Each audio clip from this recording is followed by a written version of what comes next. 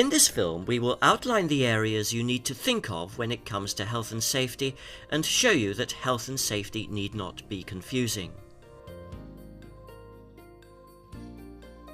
An introduction to health and safety.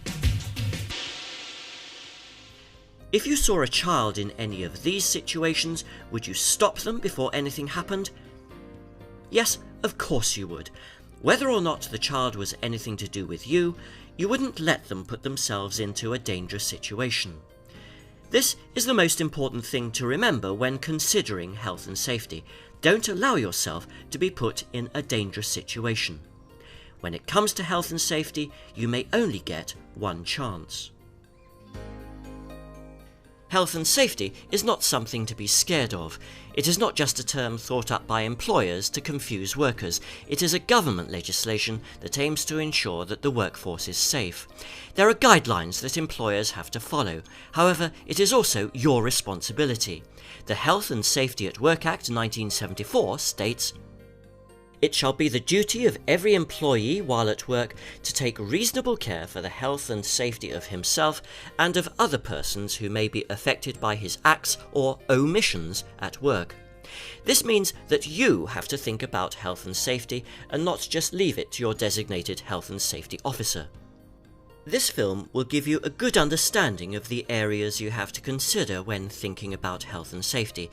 These include fire safety, workplace safety, personal protective equipment, PPE, and control of substances hazardous to health, COSH.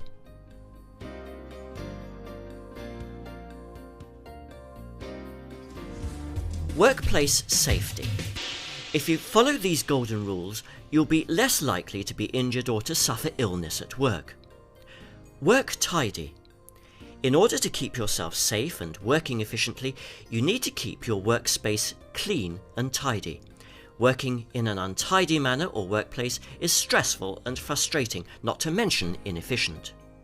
Get training. One of the ways of reducing accidents in the workplace is training. You will be instructed in the safe use of equipment, machinery, and safe working practices. Be familiar with your workplace.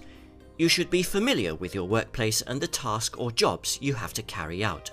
It is essential to know where the fire exits, call points, and fire extinguishers are located. Read the labels. Before using any product, always read the label for instructions and directions for its safe use, handling, and storage. Do what the signs say. Signs in the workplace are put up for a purpose. Obey them, they are there for your safety. Never obscure signs, add graffiti, or remove them.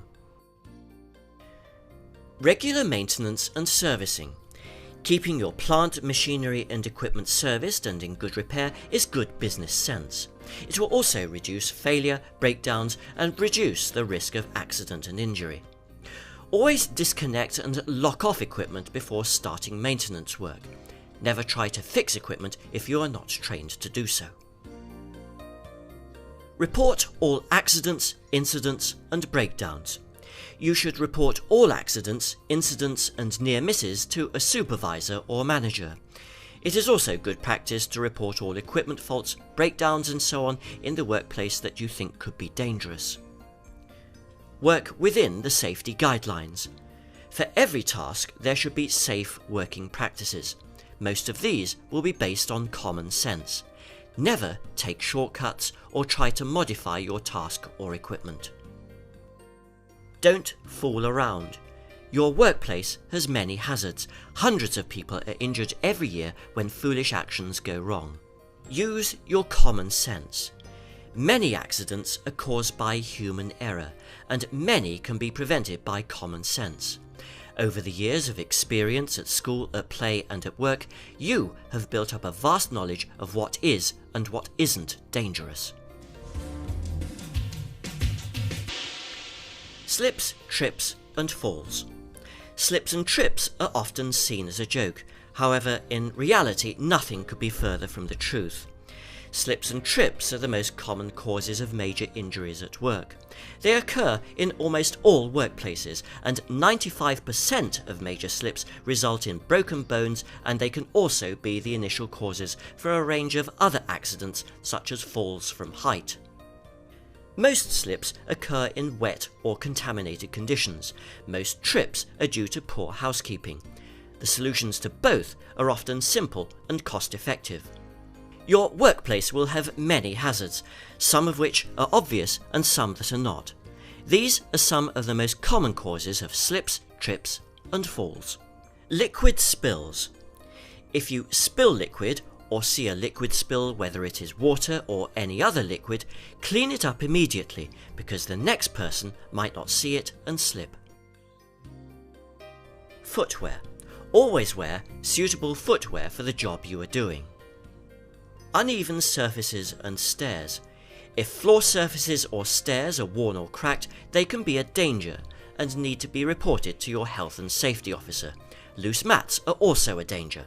Make sure loose mats have good gripping properties. Objects on floors. If you drop something or see something lying around, pick it up, because something as small as a pen can cause serious damage when slipped on.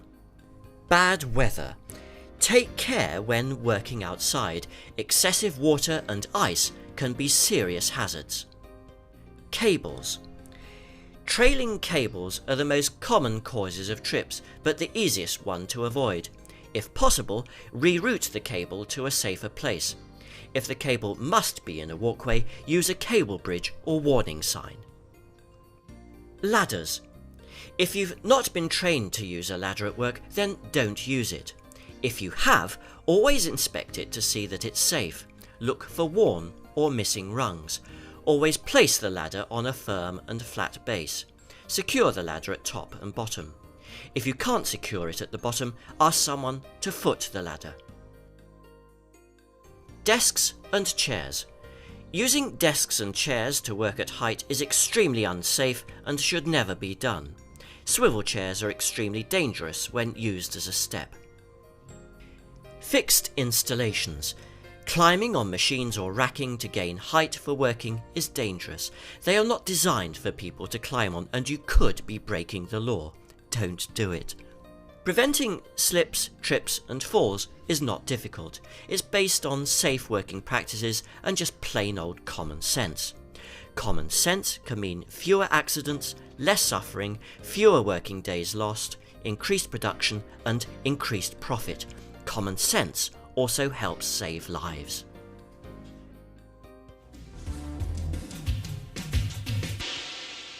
Manual handling. Lifting, carrying, pushing and pulling are things we do every day without thinking, but these manual activities are one of the greatest causes of industrial injury within the workplace. If we think again about our little friend, we should realise that we shouldn't put ourselves into a dangerous situation.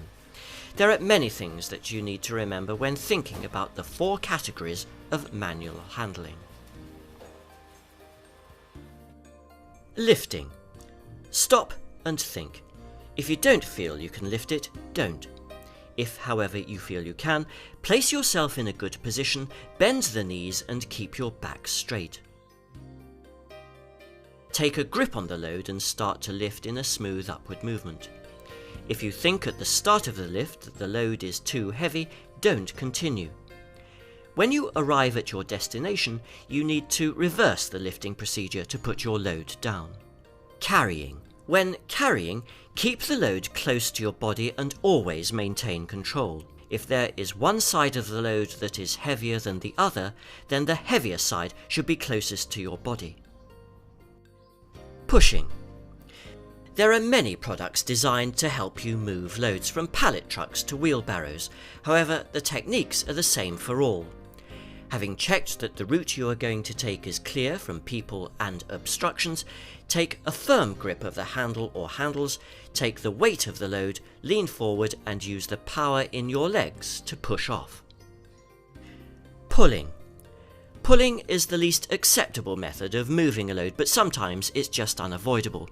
If you find that you have to pull a load, maintain a straight back, grip the trolley or truck firmly, take the weight and use the power from your legs to start the movement slowly, smoothly and in a controlled manner. To recap, always use the correct technique and remember manual handling is your last resort. Use a mechanical aid if you can. We will now move on to possibly the most important aspect of health and safety. Fire safety. Fire can have devastating effects. It kills, injures, destroys property and destroys business. Under the law, your employer has a duty to undergo a range of fire prevention and risk reduction procedures such as fire risk assessment, regular and adequate fire training of staff, safe and adequate means of escape, installation of fire safety equipment and fire emergency procedures. It can be reasonably easy to reduce the risk of a fire. Simple housekeeping seriously reduces the risk of a fire breaking out. It's usually when negligence takes place that fire hazards develop. The accumulation of rubbish is a potential fire hazard and is unnecessary. If you see a situation which you feel is a potential fire hazard, tell your supervisor or designated fire officer. When you start work either for a new company or in a new building, you must find out where the emergency exits are located and also where any fire extinguishers are positioned, and take notice of fire safety signs. You also need to know where your fire assembly point is. During a fire emergency, there are several important things that you need to do. Raise the alarm. Make sure the alarm has been raised. Don't assume that someone else has done it. Contact the emergency services. Some systems are linked directly to the fire brigade. If yours is not, call them as soon as it is safe. Evacuate the building. Only fight the fire if it is safe to do so. If it is safe, make sure you select the correct extinguisher. Red, water. For use with fires such as wood, textiles and paper, never on electrical fires. Black, CO2. Very good general purpose fire extinguisher, especially electrical fires. Blue, dry powder. Very good general purpose fire extinguisher, can however leave deep-seated fires to smoulder only to reignite later. Cream, foam. Suitable for most flammable liquid fires. If it is not safe to fight the fire, leave immediately. Don't stop to pick up any personal items and never return to a burning building. If you can, shut doors and windows in order to starve the fire from the oxygen it needs to spread.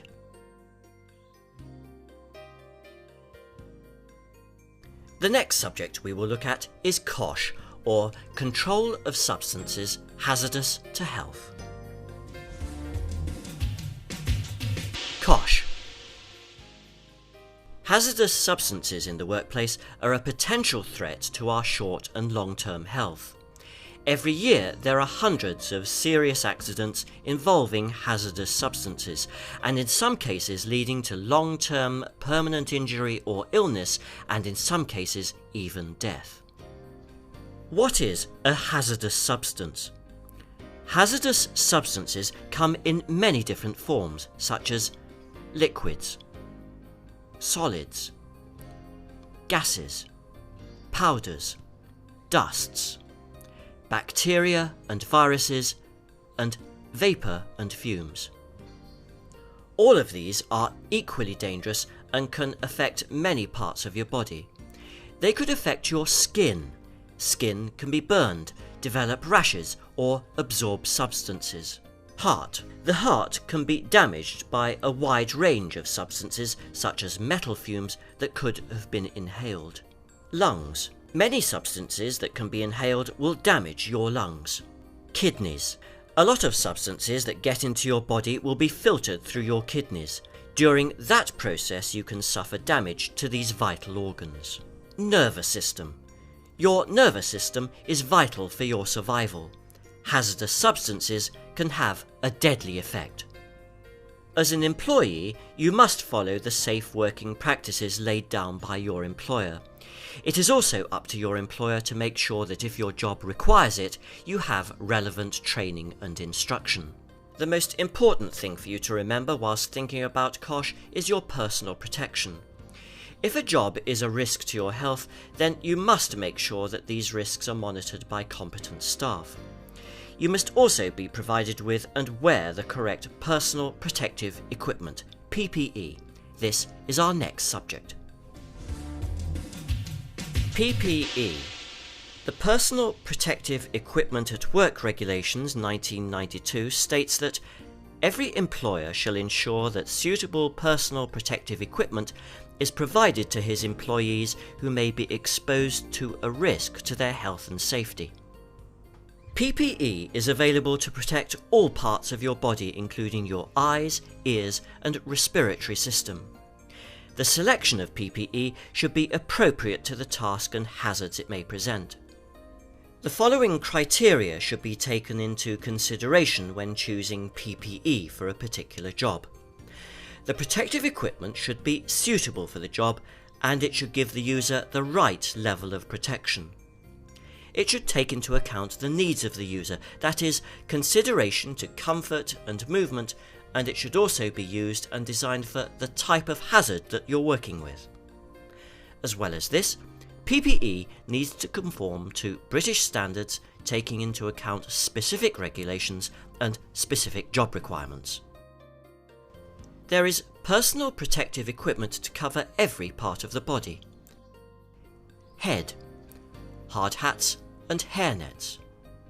Eyes, goggles, safety glasses or full face protection such as welding masks. Noise and your hearing. Ear defenders or earplugs.